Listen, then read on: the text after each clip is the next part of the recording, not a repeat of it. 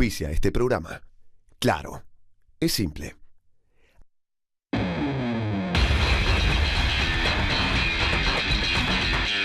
vino 6.300 pesos de gas. 6.300 pesos. Acá tienen. Y el mes pasado pagué 570 pesos. Pero ni con 2 trabajos lo podemos pagar. Créame que a mí me duele haber tenido que sincerar este problema que teníamos gravísimo, que es que nos estábamos quedando sin energía. A mi mamá le vino una boleta de 5.000 pesos. 5.000 pesos. 5.000 pesos de gas.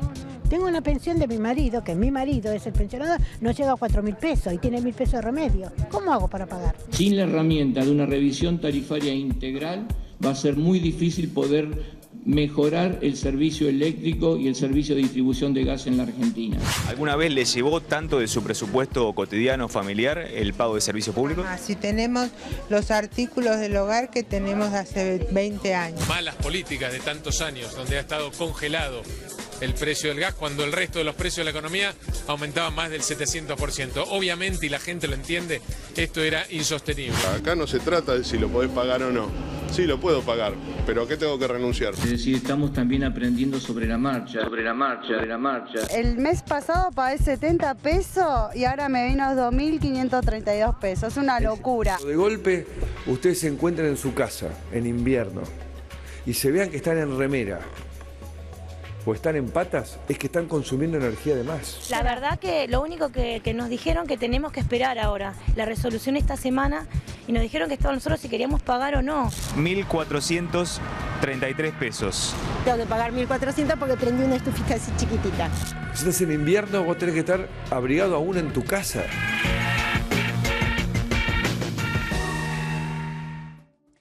Un doble juego de pinzas estaba asfixiando a la gestión de Mauricio Macri y su política de los tarifazos. Por un lado, venía el freno que le puso la Cámara de La Plata la semana pasada y le dijo, basta, congele los tarifazos, se acabó y quedan anulado el tarifazo del gas en todo el país. Por otro lado, venía cabalgando la rebelión social. Nosotros les mostramos la semana pasada en 3 ciudades donde seguramente había muchos votantes de Macri, entre la gente que estaba enojada, caceroleando, pidiendo que frenaran los aumentos. En Berazategui, en Morón, donde ganó el marido de María Eugenia Vidal, ahora separado. En Junín, donde también ganó la Alianza Cambiemos. En esos lugares la gente estaba muy caliente por cómo venían las tarifas. O sea, que el aumento de gas estaba pegando directamente en la base electoral de Mauricio Macri, ¿sí? ¿A qué obligó este doble juego? A que Macri hoy pusiera el freno de mano y mandara a sus ministros a que anunciaran que van a poner este tope del 400%. Ahora bien, desde comienzos de año, desde que la rebelión del gas vino del sur, nosotros acá en Tercera Posición venimos analizando el famoso principio del si pasa, pasa o del cuchillo en la manteca. Ustedes piénsenlo como quieran. En el sur intentaron hacer una experiencia, claro. En el sur el frío arranca antes que acá en la ciudad, entonces en el sur los aumentos venían también del 1800%, les sacudían aumentos sanguinarios a la gente, a las pymes, a los hoteles, a la economía fundamental de la Patagonia, y vinieron los gobernadores directamente, algunos de ellos con fallos y cautelares en la mano y dijeron, no señor, acá no solo no lo vamos a pagar, sino que además no jodan mucho porque les cortamos los gasoductos. Y se acaba, ¿sí? Porque ahí el gas, recuérdenlo, viene de la Patagonia y la Patagonia resulta que no tenía ningún tipo de contemplación a la hora de cobrarle los aumentos de gas. Entonces lo tuvieron que frenar a Aranguren, tuvo que aparecer el ministro Frigerio y decir, bueno, negociemos. 1.800 no, 400%. Ok, 400%, se volvieron los gobernadores de la Patagonia y ese 400% quedó como una cifra tope, pero sin contar con la viveza de que en la ambigüedad, en el si pasa, pasa, este 400% era el 400% sobre la tarifa, pero también sobre el consumo. Entonces esto generaba que a la gente le vinieran aumentos del 1000%, porque era la tarifa del año pasado más el aumento del consumo de un invierno que fue de un otoño, que fue particularmente frío. Entonces así se llegaban a estos disparates. Tal vez estemos en un nuevo engendro, una nueva manera de gobernar, que es este si pasa, pasa, ¿no? O una especie de, no sé cómo llamarlo, tal vez los cientistas políticos con el tiempo lo estudien como una especie de autoritarismo de buenos modales, ¿sí?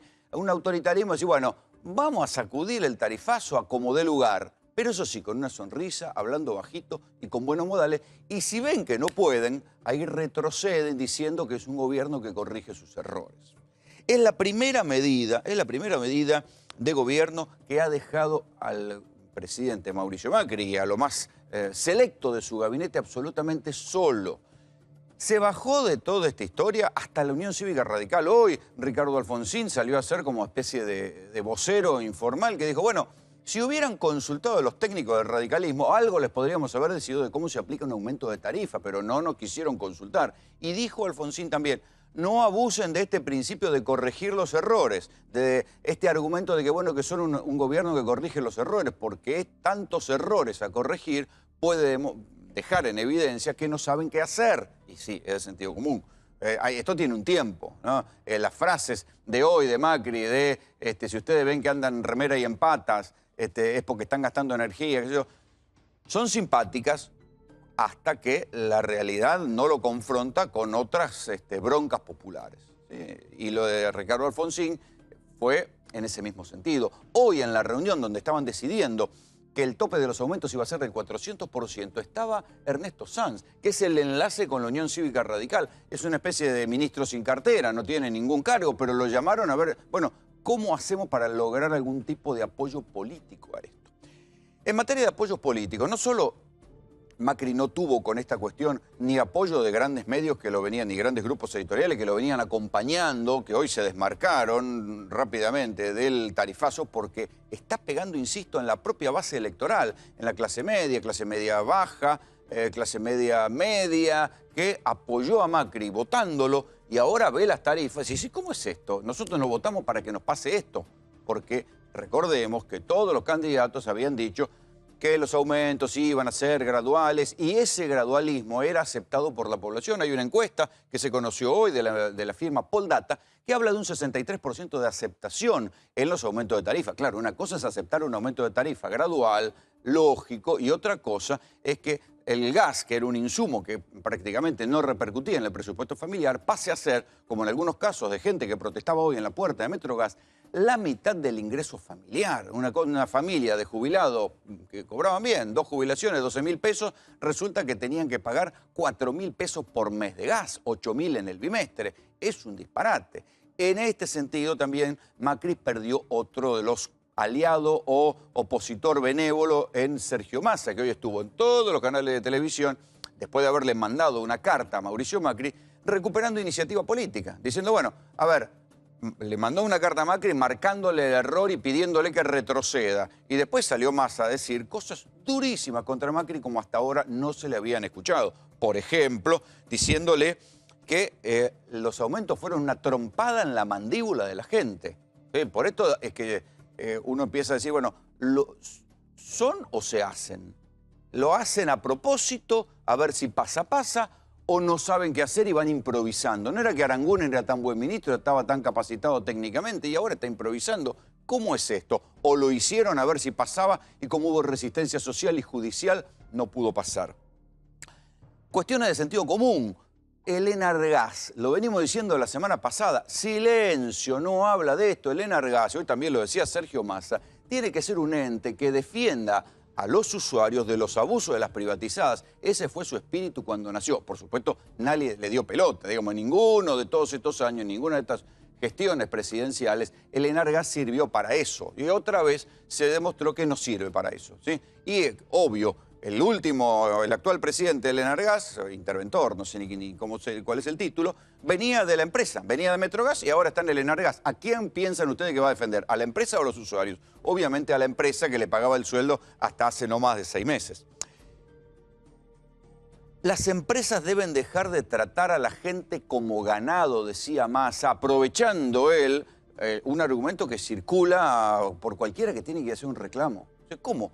Resulta que a alguien le cae una boleta que le quieren sacudir la mitad de su ingreso familiar, tiene que ir a hacer una cola y encima en la empresa lo boludean. Le dicen, no sabemos, sabe que pague, después reclame. Y después, después del bombazo del fallo de la Cámara, la empresa Metrogas salió a decir, bueno, está bien, queda suspendida no pague hasta que se resuelva esto y quedan suspendidos los cortes. pero las empresas también aplican el principio del si pasa, pasa. Si vos sos tonto y le pagaste, y bueno, le pagaste, andá, que después ellos te la devuelvan, y ellos, ¿qué van a hacer con esa guita? Y si pueden, la ponen a la bicicleta financiera, total, vos se la terminás financiando a ellos. Estas son las cosas que el gobierno no está teniendo en cuenta, el grado de irritación social en su propia base electoral que generan. No se sabe en qué van a usar la plata las empresas. Para esto estaban las audiencias públicas. Si van a aumentar, como van a aumentar, y esta plata, porque hay algunos cálculos que dicen que 3 de cada 4 pesos del aumento van a ir para las empresas, bueno, ¿para qué la van a usar? ¿Para extender la red o para qué? ¿O van a hacer como hicieron hasta ahora estos últimos años, que la guita que entraba la mandaban para afuera para sus casas matrices? Entonces, ¿para qué estamos dando los aumentos? ¿No es que es para mejorar la red o para mejorar la rentabilidad de las empresas? ¿Es este el costo de insertarse nuevamente en el mundo, como dice Macri? Entonces, atención con esto, ¿no? Porque hacer profesión de fe y ser buenos alumnos de las supuestas inversiones que algún día van a llegar, no puede ser que este termine siendo el costo social. Vamos a estar analizando esta noche en Tercera Posición las consecuencias del tarifazo, las consecuencias que ha generado esto políticamente y sobre todo, además, recordar que hasta que la Corte Suprema no tome alguna decisión, ni las tarifas y que intentaron meter, ni las nuevas tarifas con el tope de aumento del 400% están vigentes. Todavía falta la decisión judicial. Esto que hizo hoy el gobierno es solo un gesto de buenas intenciones para descomprimir. Por ahora falta la decisión judicial. Bienvenidos. Esto es Tercera Posición. Arrancó el segundo semestre más frío de la historia. Frío, frío, como el agua del río. Un método alternativo que los argentinos encuentran para calentarse en invierno es venir a reclamar las facturas a la oficina de Metrogas. ¿Qué hacemos? ¿Pagamos o no pagamos? ¿Cuánto pagabas vos? 80. 80. ¿Y cuánto te vino ahora? 590 pesos. ¿Qué vas a hacer con esta? No lo pago. No lo pago. No lo pago hasta que dictamine la Cámara qué es lo que va a hacer. Para mí me fue muy difícil. Me vino casi 1.600 pesos y yo no estoy ni jubilada. Estoy trabajando. ¿Cuánto pagabas de gas? 90 pesos, después 200 y ahora 1.600 pesos. Yo no lo voy a pagar. ¿Te imaginas? Estaba cerrada en una habitación 8 días por problemas que me dieron de cáncer, y cuando lo había la boleta me puse muy mal. ¿Pudo pagar, señora? No pude porque no tengo la boleta. ¿No te llegó la boleta? No me llegó la boleta. ¿Y cómo la ves? ¿Tenés miedo que venga con mucho aumento? No sé, mira, yo tengo tarifa social. Yo quiero suponer de que eso me lo van a respetar. ¿Cuánto estás pagando habitualmente? El otro bimestre pagué 44 pesos con la tarifa social. ¿Cuánto te vino? Acá está. 741. 741. Sí, o sea que vino 3 veces más de lo que era el bimestre. Claro. En el mes. O sea, son 6 veces más. Sí, señor. Yo estaba pagando 100 y monedas, 110 y monedas. Sí. Y ahora, como no me llegó la factura, vine porque soy religiosamente a pagar. Sí. Me vino 362 pesos. Me han dicho ahora que esperara una semana en lo que decida el gobierno. Esa es una burla, porque no podemos una persona. Los problemas de lo que se viene, que se arrastra, que viene, que se van, que viene, no es culpa nuestra. Calculo que ponerle que me venga 300 pesos, 400 pesos, más o menos lo podés pagar, ¿no? Yo pienso que las tarifas estaban muy desactualizadas y que había que aumentar, pero no que veo gente que le vino 4 o 5 mil pesos. Eso es una cosa de loco. Frío, frío, como el agua del río. Bueno, había un consenso general de la gente que decía, bueno, ok, hubo inflación, las tarifas están desactualizadas, pero qué lástima, ¿no? Que esto que podía ser un consenso de racionalidad en la propia población fue tomado como un abuso, o sea, se abusaron de este consenso para sacudir estos aumentos. Pero bueno, ya sabemos que está el fallo de la Cámara, la Corte tiene que intervenir, por ahora no hay que pagar las facturas, por ahora no va a haber cortes, dice el gobierno que el límite va a ser el 400%, pero detrás de los aumentos, ¿qué hay? ¿Cuál es la lógica que hay detrás de estos aumentos? Se lo voy a preguntar al senador Pino Solanas de Proyecto Sur, que viene investigando hace tiempo las cosas oscuras que hay por debajo de la energía. ¿Cuál es la lógica de estos aumentos, Pino? No, mira, no hay lógica. Cagamos entonces. No hay lógica. La lógica es trabajar y compensar al lobby petrolero, que en la Argentina ha sido el lobby más generador de corrupción de todo el empresariado. ¿Y cómo se puede justificar que el señor Aranguren, entre marzo y abril, aumentó el 100% a las petroleras? Pasó a $5 el millón de BTU, sin que hayan hecho inversión ninguna. O sea, cuando vas a petroleras, porque las empresas de gas y la de petróleo van juntas. No, Metrogas van juntas, es de YPF, ¿no? Lo primero que sale en un pozo es el gas. Es decir, O sea, son como hermanas mellizos. El que perfora, el que busca crudo, lo primero, al perforar se le escapa el gas. Entonces, si tiene dinero, aprovecha también el gas y utiliza las dos cosas. Pero lo que quiero decir es que acá el gran beneficiario es el lobby petrolero. Es una vergüenza esto. Mira, Rolando, lo que está pasando lo debe entender la población. Este es el resultado de la catástrofe, lo repito, catástrofe, que ha significado para el pueblo argentino la privatización del petróleo y el gas. ¿A dónde terminó esto? En una verdadera catástrofe. Que arranca en los 90. Arranca en los 90, mira. Pero el gobierno dice esto es la pesada herencia de los Kirchner. No, mira. El gobierno tiene personajes oscuros y éticamente condenables. El primero, el señor Aranguren. El señor Aranguren, 27 años en la Shell, termina haciendo negocios con la Shell como ministro de Energía. Y además es un mentiroso, porque miente descaradamente. ¿Por qué? Pero mienten todas las cifras que larga y las cosas que larga. Bolivia está en condiciones de darnos, acaba de sacar un comunicado el ministro Sánchez de que han aumentado todavía más la producción y puede abastecer a la Argentina en lo que quiera. Esto por aquello que fue a comprar barcos de por gas supuesto, a Trinidad y Tobago. a $3.10 y no a 7.20 o a 6.90 como son los contratos que por compra directa sin licitación le está haciendo. Pero acá en la Argentina adentro. ¿Por qué? En ningún país del mundo, Rolando, no hay país en el mundo hoy que pague los combustibles como los paga la Argentina. No hay país en el mundo que pague el barril de petróleo a $67. Si está a 48, 47. Por eso tenemos de la nafta más cara del mundo. Y no hay país en el mundo donde se pague el millón de BTU lo que está pagando la Argentina.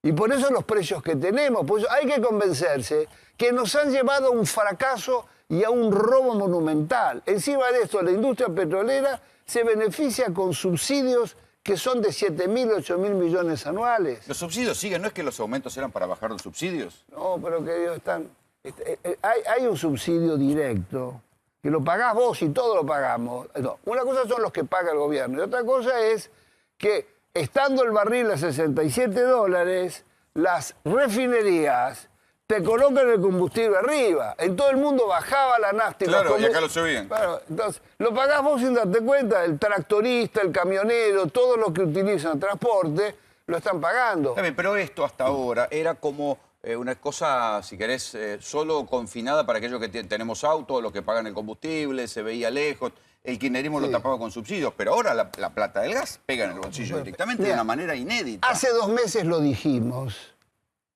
Y no nos dieron espacio. Y en los espacios que lo dijimos, los escucharon un poco o no le dieron. En los diarios es muy difícil que vos puedas hacer una crítica frontal. Es muy difícil. Está tapado todo. Ahora, claro, salió la Cámara de Apelaciones, dijo recursos de amparo, todas esas cosas. Ahora habla Massa. Vamos a escuchar qué dijo hoy. Ahora habla Massa porque hasta ahora, mientras nosotros hablábamos y interpelábamos a Aranguren, ¿no es cierto? Y le demostrábamos que nos estaba mintiendo. Todos silenciosos, todos quedamos porque Aranguren, este ministro que colocó Carrió, era el gran empresario que necesitábamos tener al frente de la energía. La verdad, han demostrado una insensibilidad social, un desconocimiento real de que un país es un conjunto de voluntades, con memorias sociales, con conflictos diversos. Es una vergüenza. Vamos a ver qué dijo hoy el presidente Mauricio Macri. Una frase que yo creo que va a ser historia. En el medio de la conmoción por el tarifazo del gas, recomiendo no andar en patas. De golpe, ustedes se encuentran en su casa, en invierno, y se vean que están en remera o están en patas, es que están consumiendo energía de más. Pues si estás en invierno, vos tenés que estar abrigado aún en tu casa. Bueno, esto fue lo que dijo Macri. Hoy habló en el lanzamiento del nuevo Procrear, hizo una larga disquisición sobre por qué había tenido que aumentar las tarifas. Y este consejo a la población de que si uno anda con demasiada calefacción en invierno es porque está consumiendo más. Pero hay que recordar, muchachos, que a diferencia de lo que pasó con las tarifas eléctricas, el gas ya había aumentado, porque el kirchnerismo en el tramo final había aumentado un 50% el gas. Ya la gente se empezaba a cuidar con el gas. La verdad que es una vergüenza. Y este anuncio que dice el tope hasta el 400%, son mentiras a medias, porque todo esto son... ¿El estilo cuál es? Pero no, Rolando, si nosotros te queremos muchísimo, ¿cómo te vamos a sacar y disminuir el programa? Pero no, hermano, estamos protegiéndote. Pino, ¿el gobierno realmente está improvisando con la política energética o trata de aplicar el tarifazo lo más alto posible que pueda? No, las dos cosas.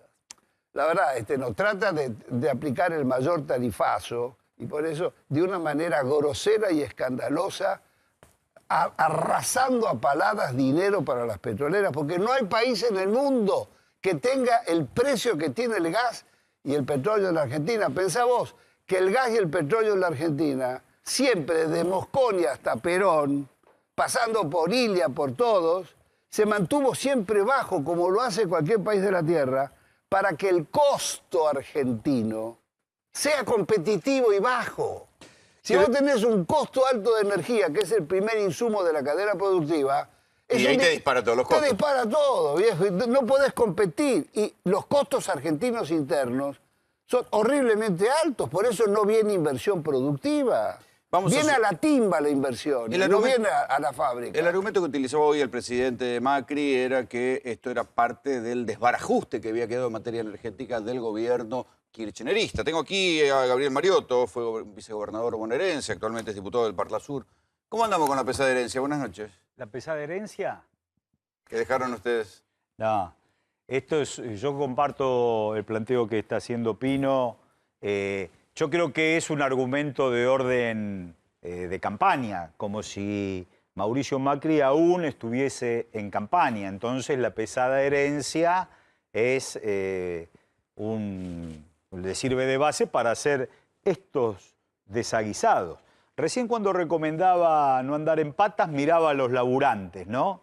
Esto de las patas tiene una huella psíquica que remite a las patas en la fuente. Sí, claro. Miraba a los laburantes y no a los empresarios que estaba enfrente. Pero quiso ser coloquial, supongo. No. Demostró lo que es. No tiene super yo a la hora del gorilismo. Entonces, cuando habla de patas, habla para los trabajadores. ¿Cómo está la provincia con la cuestión de los tarifazos? Porque hubo algunas broncas en la provincia. No, la bronca todavía no llegó. Lo que hay es una gran amargura. Hay una gran tristeza, una profunda desazón.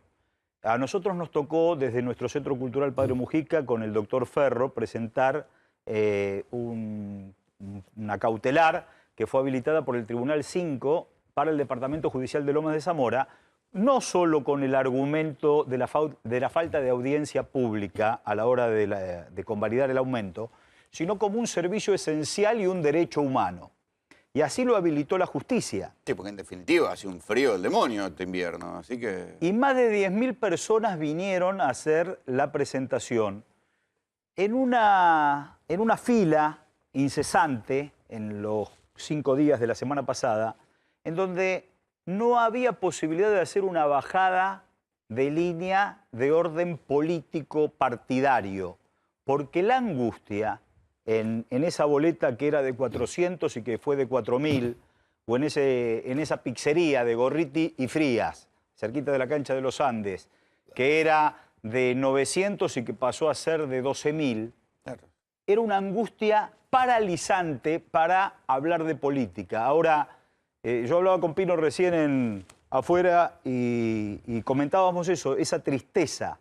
Pero esa tristeza después se va a traducir en bronca. Y comparto lo que vos dijiste en el editorial, hay que esperar qué pasa mañana con la Corte. Yo tengo esperanza que los fallos de los tribunales, en este caso desde la Cámara de La Plata y del Departamento Judicial de Lomas de Zamora, sea tomado por la Corte y que se empiece a hablar de un servicio humano esencial. Lo que hay que aclarar también a la gente es que lo que hizo hoy el gobierno es una presentación de buenas intenciones, porque los aumentos de tarifa están suspendidos por orden judicial. ¿Sí? O sea, hasta que la Corte no diga si toma ahora el caso o si va a la feria y después lo decide en agosto o alguien decida algo, los aumentos están frenados. Las facturas no hay que pagarlas porque la Cámara dijo hay que refacturar con los valores viejos.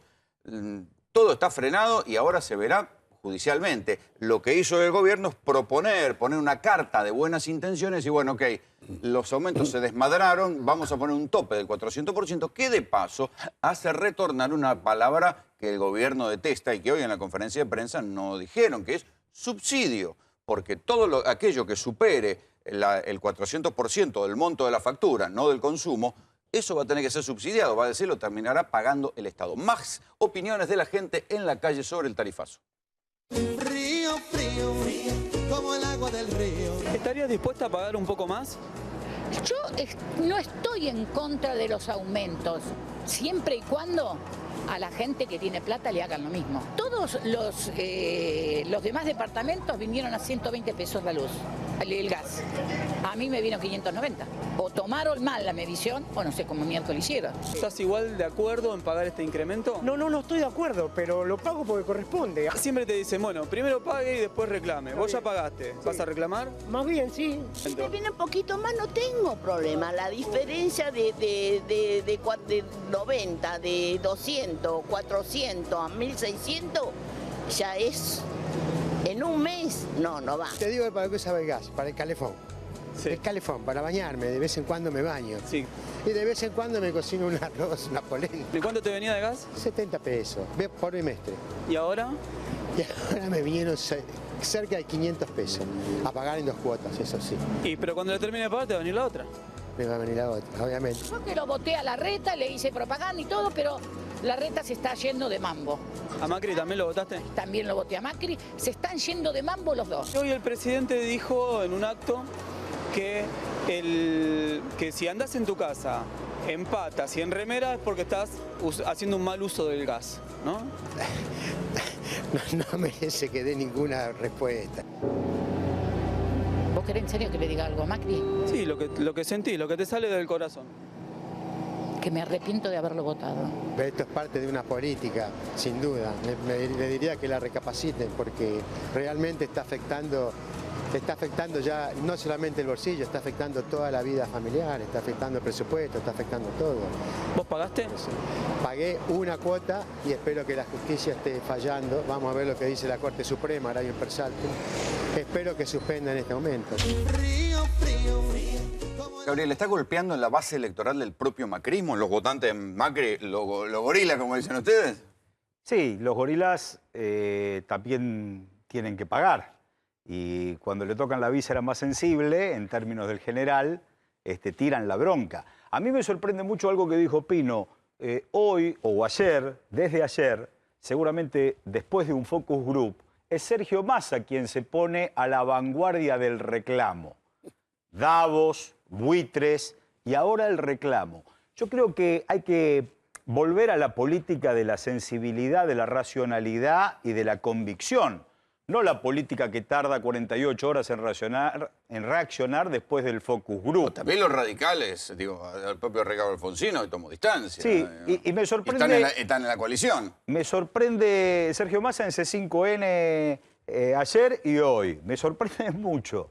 Me parece que es como un cambio de actitud frente a ese acompañamiento sistémico que ha tenido con el gobierno de Macri y ponerse él a la vanguardia, cuando realmente los amparos surgieron todos de movimientos sociales, de grupos de vecinos o de sectores de centros culturales o de los diputados de la provincia de Buenos Aires, con el bloque de Walter Abarca y Alicia Sánchez. ¿Y nos recordás un aumento así? ¿Los 90? ¿Un tarifazo así? No, pero en términos reales y concretos. ¿Es un tarifazo histórico? Es un tarifazo histórico, es una barbaridad. Sin tomarte casos extremos al que le aumentó, qué sé yo, 1000%, 1500%, ¿no? Y esta cosa de, estamos probando, bueno, entonces reculamos, vamos para atrás. En esto que están anunciando del tope del 400%, es solo para el 60% de la población que consume gas. El otro, el 40% que está con garrafa. Ese que se amaque. Anda a cantar la carrera. Yo quiero decir que el tema de la energía es la consecuencia de una barbaridad tras otra, porque las barbaridades que se cometieron en el gobierno anterior con respecto a la energía no tienen nombre. Mira, no existe una ley más tramposa, más canalla, más antinacional que la que se votó a finales del 2014 para prorrogar las concesiones por 35 más 25 años más. El petróleo y el gas de 2 generaciones se negociaron sin licitación y sin pagar, dicen, $1, el río de dinero.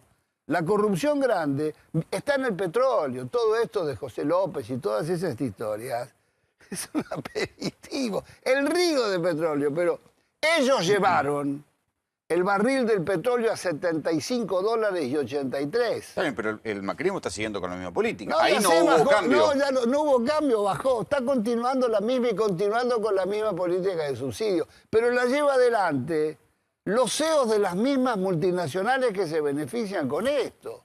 Esto es una vergüenza. No tiene nombre. Está reñido con la ley de ética, con todo. Creo que el señor Aranguren hace rato que tendría que haber renunciado. Es una vergüenza. Por eso hoy toman distancia, al ver el clamor popular, toman distancia dirigentes de Cambiemos, del radicalismo, Sergio Massa, etc. No se puede ser tan oportunista en la vida. La verdad, hay que defender por encima de los intereses partidarios, hay que defender el interés del pueblo, viejo. Yo sé que no es tu partido, pero si tuvieras que apostar, ¿Aranguren se queda o se va? No. Estamos en una mesa de borrachos, así. Si tuvieras que apostar, así, vamos, apostamos, ¿se queda o se va? Yo creo que un gobierno con gerentes es un gobierno que tiene la sensibilidad de una ameba. Y no es solo Aranguren el único representante de multinacionales. Nosotros en el año 35 tuvimos la guerra del Chaco. La Shell y la Standard Oil dirimieron con sangre latinoamericana sus propios intereses. Y hoy nosotros tenemos al gerente de la Shell, no por mérito propio, sino porque es un hombre que coincide con la línea política del gobierno de Macri. No es un error Aranguren, o sea, no es un error equivocado, es un error acertado. Ellos quieren esta política. Muchísimas gracias a los dos por venir. Gracias. Gracias, Rolando. Una noticia que circuló el fin de semana tiene que ver con Ibar Pérez Corradi. Volvió a declarar, sigue declarando, pero mientras tanto hay un señor que dijo, yo di los datos fundamentales para que Pérez Corradi caiga preso. Ahora quiere su recompensa.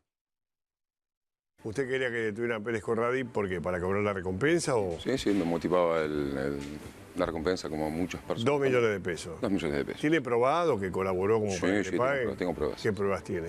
Bueno, tengo gráficas, participé del grupo que fue mandado de gendarmería para la zona, ¿no? Para Ciudad del Este.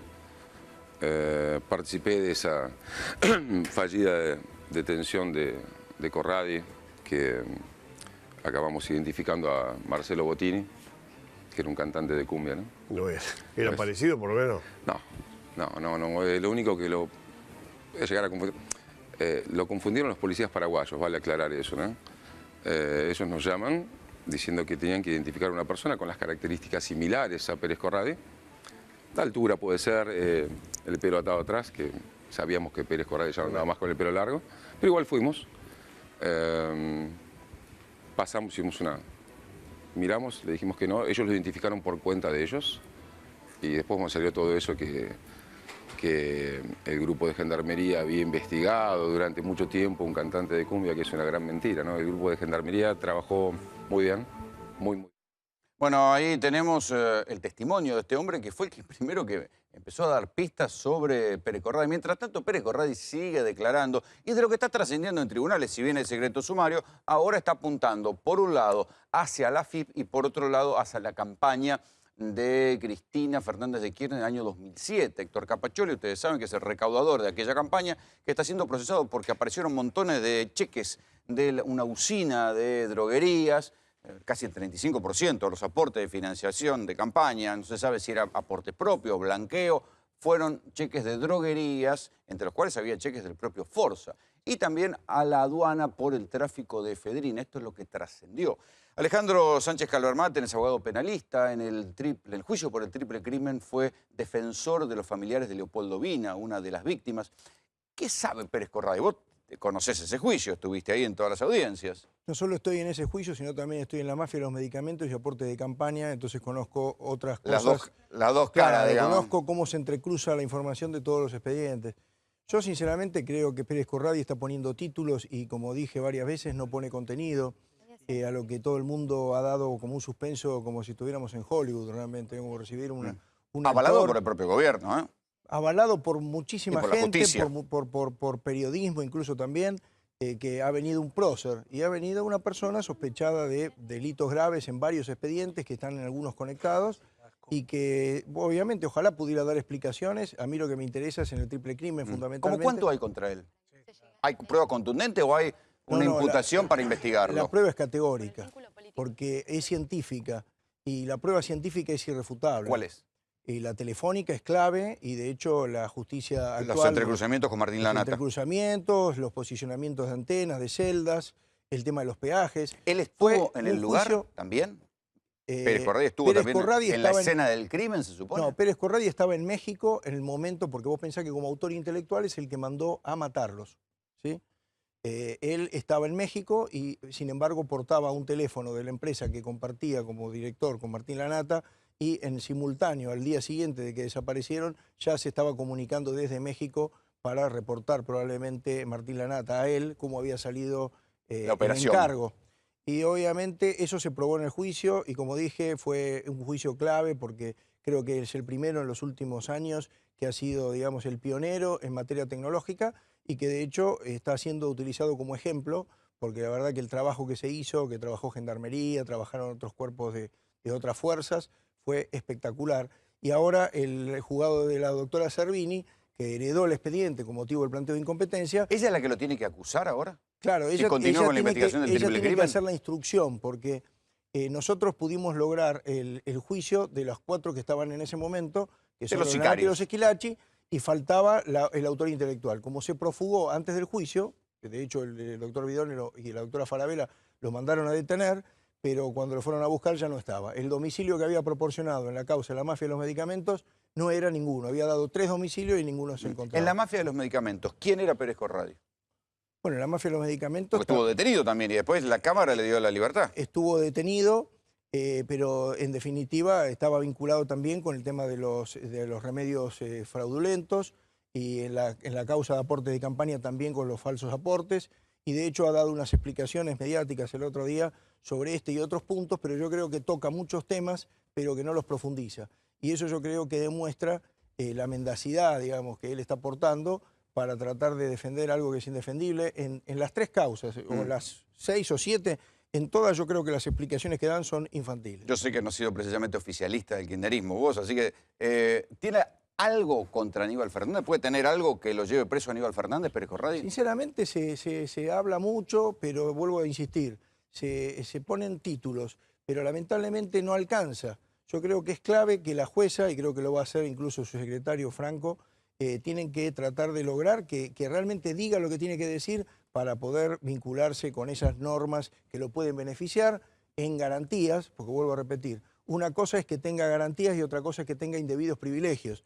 Y a partir de ahí, sí, tratar de ver si lo que da, lo que dice, concuerda y reúne, vincula las cosas, porque de lo contrario tiene que agarrar, mandarlo a Ezeiza o mandarlo a una cárcel común y que se le acaben esas supuestas prebendas que tiene y que no le corresponden. Bueno, hasta ahora lo que pasó en el caso del otro arrepentido, que es Martín Lanata, el hombre que está condenado por haber sido el sicario del triple crimen, es que empezó a declarar en agosto del año pasado y casi un año después todavía ni siquiera Aníbal Fernández, la supuesta morsa, lo citaron a declarar. O sea que cambió el gobierno, supongamos que el año pasado uno puede decir, bueno, era momento de campaña política, la jueza no quería definirse, pasó el tiempo y todavía no hubo imputaciones. Pero lo que hay que tener en cuenta es que la efedrina, más allá de contra quién vaya, está generando como una mancha de aceite que está trascendiendo los tribunales federales y está llegando a otro juzgado, está llegando a la Procuración de La Plata, donde está muy cuestionada Carmen Falvo, que era quien protegía al fiscal federal, al fiscal de San Isidro,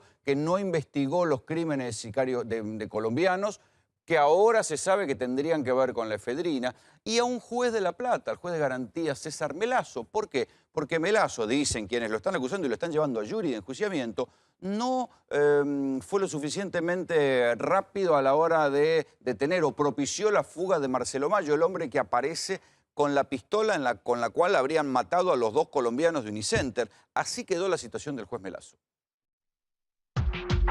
El juez César Ricardo Melazo es conocido como el Ollarvide de la justicia bonaerense. Sospechado de haber avanzado en la carrera judicial de la mano de sectores vinculados a lo que fue la maldita policía, el polémico magistrado se vio envuelto en numerosos escándalos. El titular del Juzgado de Garantías número 2 de La Plata, César Ricardo Melazo, tiene numerosas causas en su contra. La principal, una de las más resonantes, fue la de haber favorecido una banda de cuatreros que terminó con 14 personas presas. Estas personas denunciaron haber pagado coimas y ello derivó en un jury que sigue abierto, que terminó con la destitución del fiscal que intervino en el caso, Carlos Gómez. Además, en un polémico fallo, excarceló de manera extraordinaria a exfuncionarios del IOMA, acusados de haber robado y vendido clandestinamente medicamentos oncológicos de alto costo. Una causa del 2011 en la cual eran personas que tenían tratamientos por patologías diferentes, entre ellas la más importante del tema de cáncer, donde se les cargaba una serie de medicamentos que los afiliados no lo consumían y por otro lado se le cargaba drogas monoclonales muy caras, muy onerosas a pacientes que estaban fallecidos. El juez que en ese momento estaba con esta causa era el juez Melazo, que en la actualidad sigue estando. Otro de los escándalos muy resonantes fue denunciado por una colega de Melazo, la jueza Garmendia, quien estando de vacaciones denunció que el juez Melazo se había metido indebidamente en un expediente y liberó a un imputado, un dirigente sindical del Sindicato de Cargas y Descargas de La Plata, acusado de nada más y nada menos de haber prendido fuego un patrullero. Hay una connivencia, una protección judicial. Desarmaron una causa entre el Gran Bel y los jueces que decidieron el desalojo para sacarse encima a los pobres que vivían ahí. Lo pasó el juez Melazo, donde también había comprado tierras ahí cerca en Gorina. La gota que rebalsó el vaso fueron las acusaciones realizadas por la ministra de Seguridad Patricia Bullrich, quien apuntó contra sectores de la justicia bonaerense que habrían facilitado la fuga de Marcelo Mayo, el ex líder de Hinchadas Unidas Argentinas. ¿Quién es Marcelo Mayo, donde se encontraron las armas del crimen del Unicenter? Marcelo Mayo es el jefe de Hinchadas Unidas. ¿Se acuerdan estos que fueron a Sudáfrica? Claro. Sí. Armados por Rudy Ulloa Igor y Aníbal Fernández. ¿Quién encuentra esto y en qué procedimiento? Lo encuentra el juez Melazo, que es un juez cuya, si ustedes leen en su Facebook, es fanático ¿de quién? De Aníbal Fernández. Melazo y Sibuel esconden esta prueba y no se la dan en enero, que tenían que dársela ¿a quién? Al único fiscal que investigó realmente el crimen del Unicenter. La denuncia está pidiendo el apartamiento preventivo del juez Melazo por encubrimiento y por obstruir a la justicia en el caso Marcelo Mayo. Y es necesario que este juez dé explicaciones finalmente, y que por lo menos que sea apartado y que tenga un jury, ¿no? Es meramente una cuestión flaca, presentada en un copy-pega de recortes periodísticos. No hay un fundamento legal, más que no está ajustado a derecho y que no corresponde. Se activan causas que debieran haberse activado antes, en el caso, por ejemplo, de lo que vemos con el juez Melazo, que tiene causas desde el 2002, tanto él como el fiscal Sigüet, que fue secretario de Falvo fue abogada de Aníbal Fernández, digo, todo tiene que ver con todo. O sea, hay sectores de poder que se protegen entre sí, que actúan corporativamente. Que del año 2002 al 2015... no tenemos ningún otro proceso abierto ni ninguna otra denuncia en trámite de jury, con lo cual me parece que es una felicitación al juzgado. Yo tuve denuncias concretas aquí en mi juzgado de personas contra el juez Melasso, que la acompañé a la corte. No han encontrado ningún tipo de irregularidad ni delito en la cabeza de este juzgado, así que no veo que tenga andamiento, y eso es lo que estamos expresando y esperando que nosotros tengamos una sentencia favorable en ese aspecto. Si no se lo suspende preventivamente, sigue actuando la justicia, y si no entra de turno ahora, entró de turno hace un par de días, y no sería conveniente que una persona con tal grado de sospecha, siendo funcionario público en La Plata, que es la capital de la provincia, resuelva sobre situaciones complejas. Falvo es, hace por lo menos 12 años, jefa de los fiscales de la provincia de Buenos Aires. No puedo opinar, ni debo opinar, ni voy a opinar al respecto sobre la responsabilidad o no de la procuradora en alguna causa. Ha llegado el momento justo para que rinda cuentas la doctora Falvo, y nosotros pedimos su apartamiento. Nosotros queremos que sea justicia con esta causa y con todas las causas, y se lo investiga a Melasso, se lo investiga a todos los que participaron. Yo creo que Melasso tiene que dar un paso al costado. Yo hoy tengo una denuncia contra el doctor Melasso. Tiene que ser tratada por el jurado, tiene que ver si los elementos que le son traídos a su conocimiento tienen la entidad suficiente como para disparar este procedimiento, que es un procedimiento de excepción, que es el jury de enjuiciamiento de magistrados.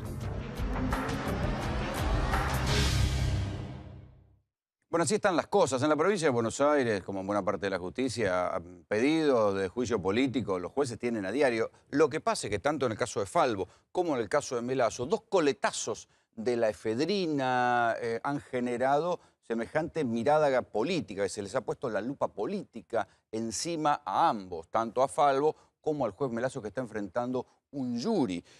Juan Pablo Alan, senador provincial de Cambiemos, ¿vas a estar en la comisión del jury de Melasso también? Nosotros somos denunciantes junto con el doctor Donofrio, que es el presidente de los senadores del masismo, o sea, del Frente Renovado. Melasso dice que está esperando defenderse porque no van a encontrar irregularidades en su juzgado. Nosotros estamos convencidos, tal cual lo manifestás en el informe, que Melasso es a la justicia de la provincia de Buenos Aires lo que Ollarvide a la justicia federal. Es decir, su actuación durante muchos años, su relación con la política, con la policía y su comportamiento indecoroso e indebido como magistrado lo asimila mucho al doctor Ollarvide, con la salvedad o con la diferencia de que Ollarvide por lo menos renunció. Creemos que es indispensable el apartamiento preventivo de Melasso mientras se sustancia un jury que tiene abierto por una causa que es extremadamente gravísima, que viene el informe lo menciona, que es el tema del fiscal Gómez. El fiscal Gómez formaba parte de una asociación ilícita que la componían funcionarios del Ministerio de Asuntos Agrarios, policías, el fiscal y evidentemente el juez. Era un todo. Ahora, los policías fueron condenados... La causa de Vigiato, decimos. Exactamente, del 2002. Los policías fueron condenados. Los integrantes del Ministerio de Asuntos Agrarios también fueron condenados por extorsión. El fiscal Gómez fue separado como fiscal por un jury. Falta Melasso. Quiero sumar a la conversación aquí a María Belén Bartoli, es periodista de Red 92 de La Plata. Claro, estas cosas se conocen más en La Plata que acá. Así es, a Melasso lo conocemos mucho mejor, sobre todo porque a partir de este jury que se está impulsando, él tuvo que cerrar su cuenta de Twitter porque mostraba una militancia para con el gobierno anterior, con el kirchnerismo, fervente, digo. Se lo veía... Bueno, pero eso no es delito. No, pero se lo veía que demostraba su simpatía con Aníbal Fernández, y después uno cuando empieza a estudiar las causas como la del triple crimen del general Rodríguez o la causa Mayo, donde hoy Marcelo Mayo está libre gracias al fiscal, al juez Él Melasso. intervino en la triple fuga, no en el triple crimen. Así es, O sea, pero... intervino en la causa de la triple fuga cuando en un momento dado lo detienen a Mayo y se lo llevan a él. Exacto. Pero ahí, hasta donde yo recuerdo, le encuentran un arma. O sea, no, lo detienen, le intentan probar la triple fuga y no le encuentran nada.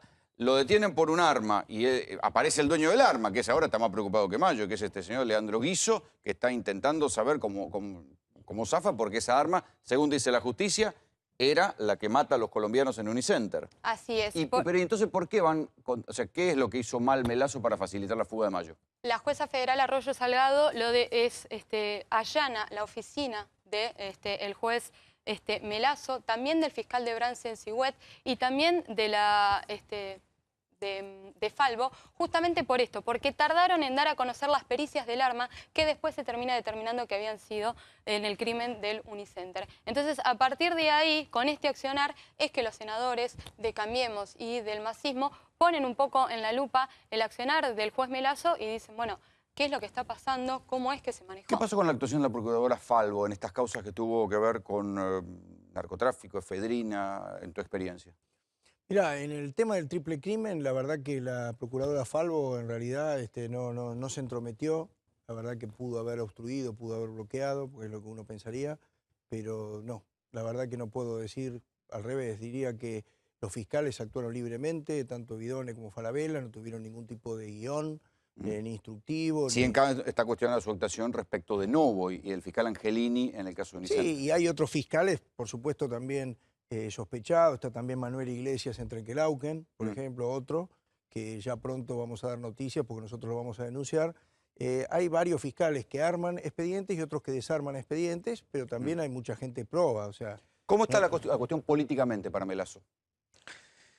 Yo creo que hay un cambio de clima político, de decisión política, que es, así como ocurrió con Ollarvide en el caso de la justicia federal, que este tipo de casos emblemáticos que le hacen tanto daño a la justicia, este tipo de jueces sean removidos. Por supuesto que es todo un proceso en materia probatoria dentro del jury, que no es lo mismo que recibir, no se exige una condena, sino la convicción en los que integran el jurado que no tiene las condiciones para seguir siendo juez, ¿sí? ¿Agrava esto? Porque no quiero creer que el Twitter kirchnerista agrava la situación de Melazo. No, sería inquietante que tener simpatía de... política agrave la cuestión. Bueno, de hecho, el juez Melazo, recusó a todos los integrantes del jury a excepción del diputado Barrientos del Frente para la Victoria. Me parece que está demostrando un poco que quiere que solo lo juzgue el kirchnerismo. Sí. Hay recusaciones para todos y para todas. Sí, bueno, una recusación no se le niega a nadie. Al gran estilo vudú.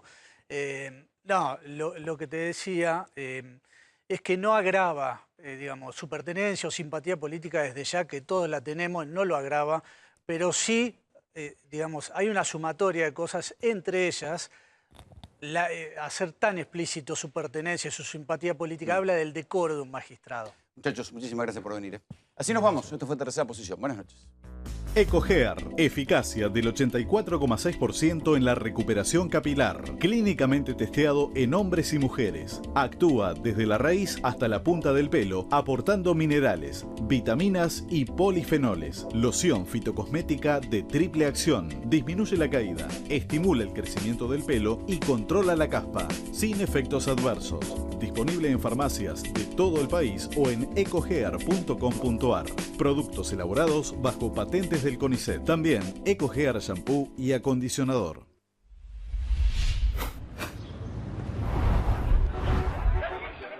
Accede al auto que quieras con la mejor financiación. Global Autos, 0800-333-1950, globalautosweb.com.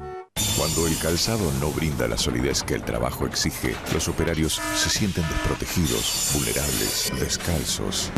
Boris, la empresa líder en calzado de seguridad, desarrolla los productos más confortables y resistentes del mercado. Cuando tus pies calzan Boris, te olvidas del resto. Auspició este programa. Claro, es simple.